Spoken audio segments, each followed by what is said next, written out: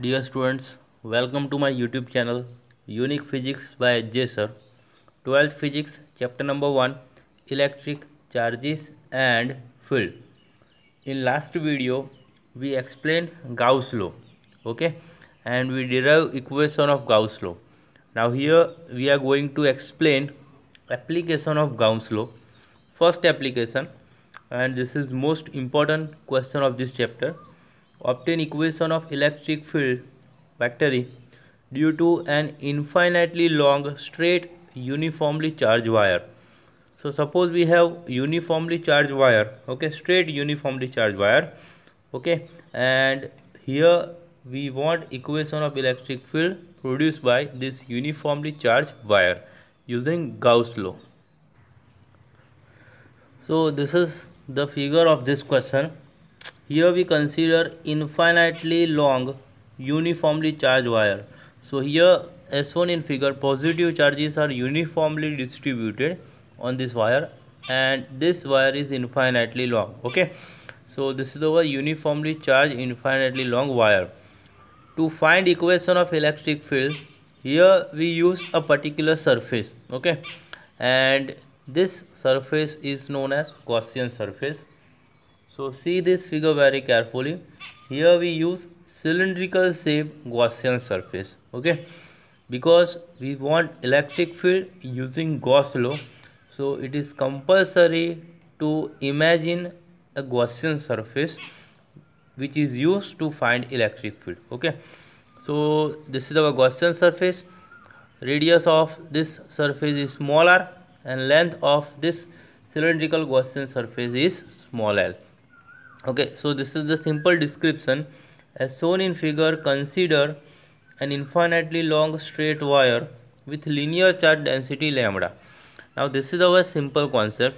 Suppose we have one dimensional object, for example wire, and if charges are uniformly distributed over it, so we compulsory use quantity lambda, that is linear charge density. Now here this is the description of this cylindrical shape Gaussian surface.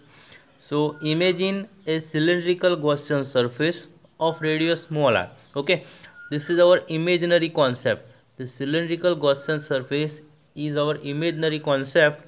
Radius of this cylindrical Gaussian surface is small r, while length of this Gaussian surface is small l. And one more point, axis of this cylindrical Gaussian surface coincide with the wire. Okay, so axis of this surface coincides with the wire. Now here we want electric field, so we use equation of electric flux. So flux passing through the Gaussian surface, this is our Gaussian surface. Here we want electric field, so we use concept of flux. So flux passing through the Gaussian surface is equals to flux passing through the cylindrical part of surface. Okay, so here we want equation of flux.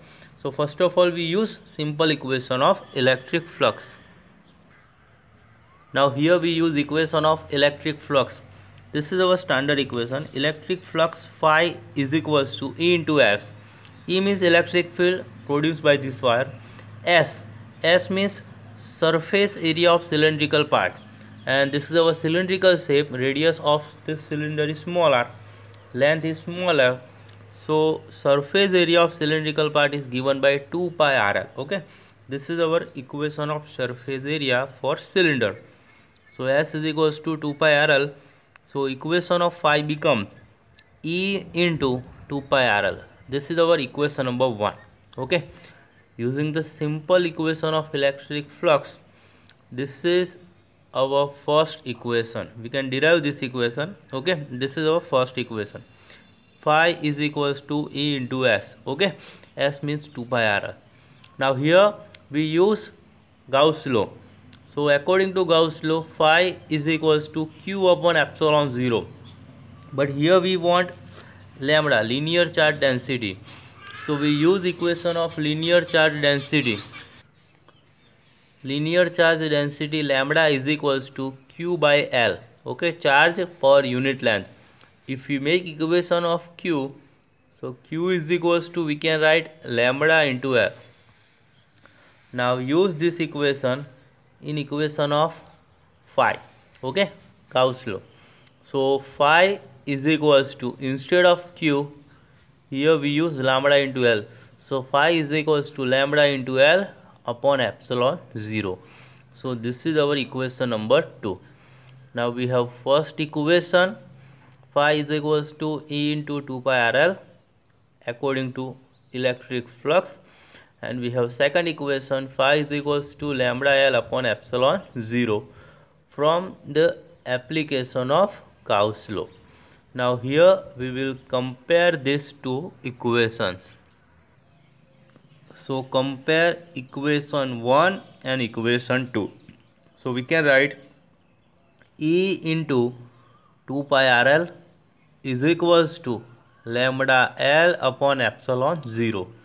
Here L will be cancelled out, and if we make equation of E, electric field, so it is given by E is equals to lambda upon 2 pi epsilon 0 into R. Okay, so if we make equation of E, we can write lambda upon 2 pi epsilon 0 R. This is our scalar form, but electric field is vector quantity. So in vector form we can write vector E is equals to lambda upon 2 pi epsilon 0 R into n cap. Okay, here instead of E we use vector E. So here right side we add unit vector n cap. What is n cap? So n cap is known as radial unit vector. Okay, radial unit vector.